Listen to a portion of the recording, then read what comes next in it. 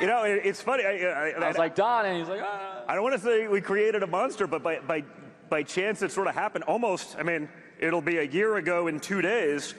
I was with her on July 13th when my father was shot.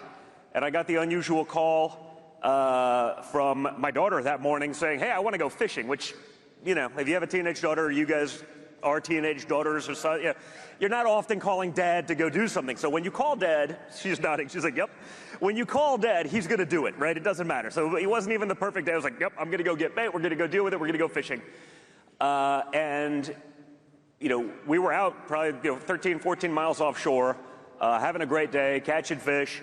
And we got the call. And, I picked up my phone. And it's like, your dad's been shot. I'm like, and? Well, we don't know anything. I'm like, oh, that's wonderful. There's calls that are good and bad. That's only a call that has degrees of bad, right?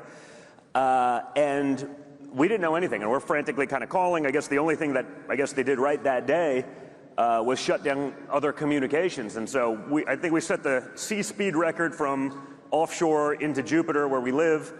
And, finally we're able to get my dad on the phone, and, it was sort of a harrowing thing. By then we had seen some of the videos of him coming back up with the sort of fight, and I just got on the phone. Yeah.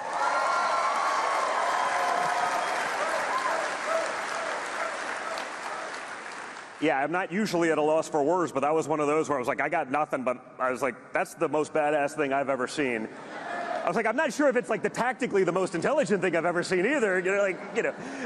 Yeah, just stand up again. What could go wrong?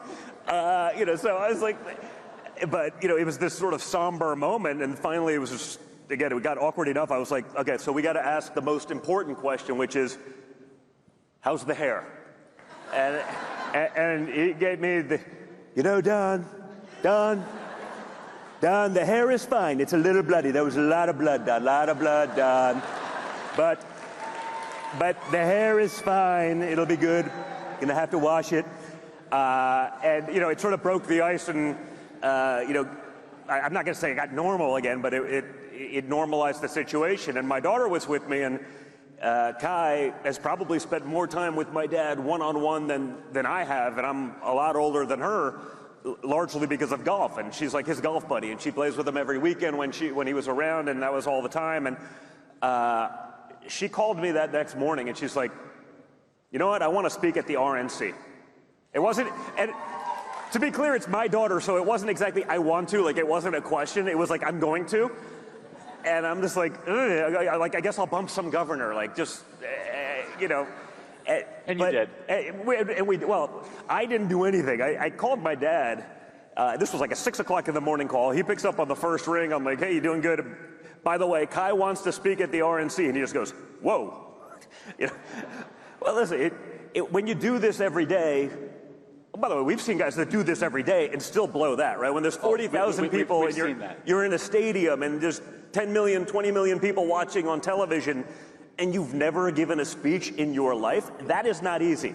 It's hard for most people, again, who do it. It's like they're used to a small crowd, and that's easy. It's a lot of pressure. And he's just like, that's a big one. That could go wrong really quickly, and we understand how bad that can go.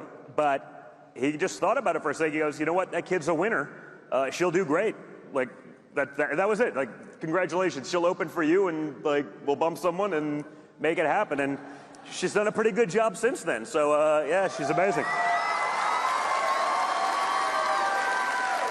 So then, and President Trump deserves so much credit, making sure men are not going to be in female sports, which is the kind of connection. So she's a great golfer.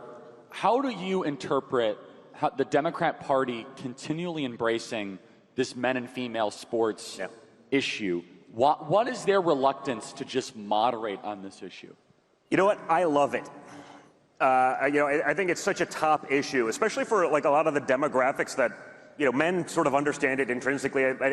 I think, a lot of soccer moms around America sort of, their entire currency, was virtue signaling, right?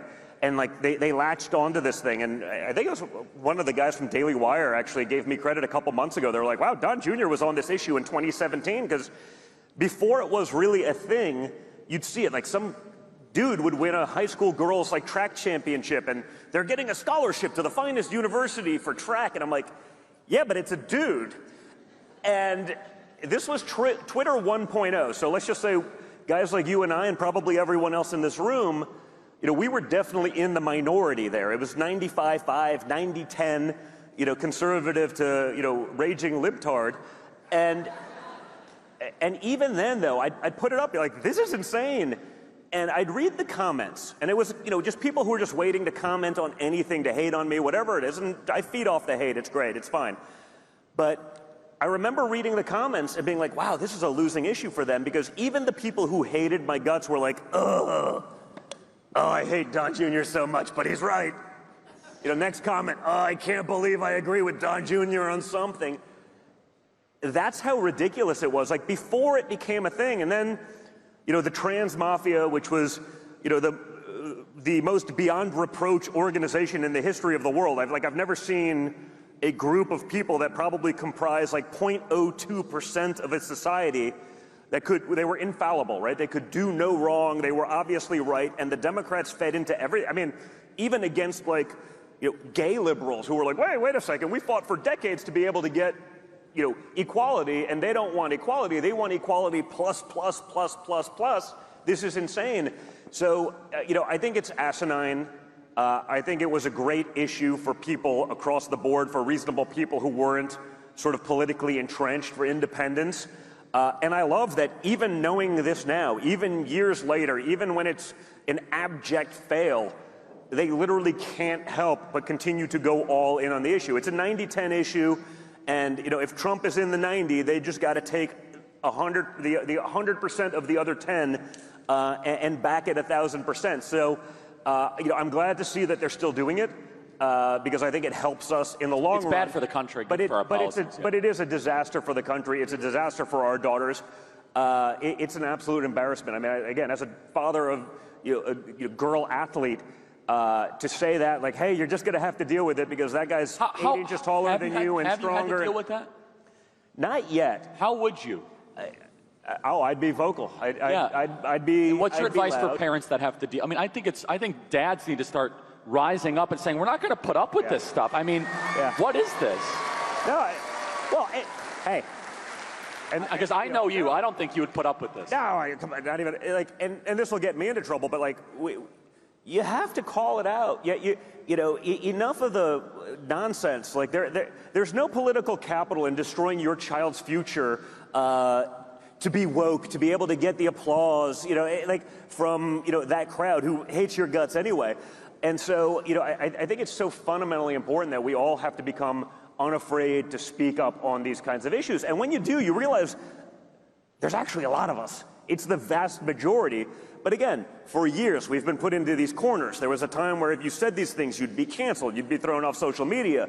You'd be thrown out of the PTA meeting.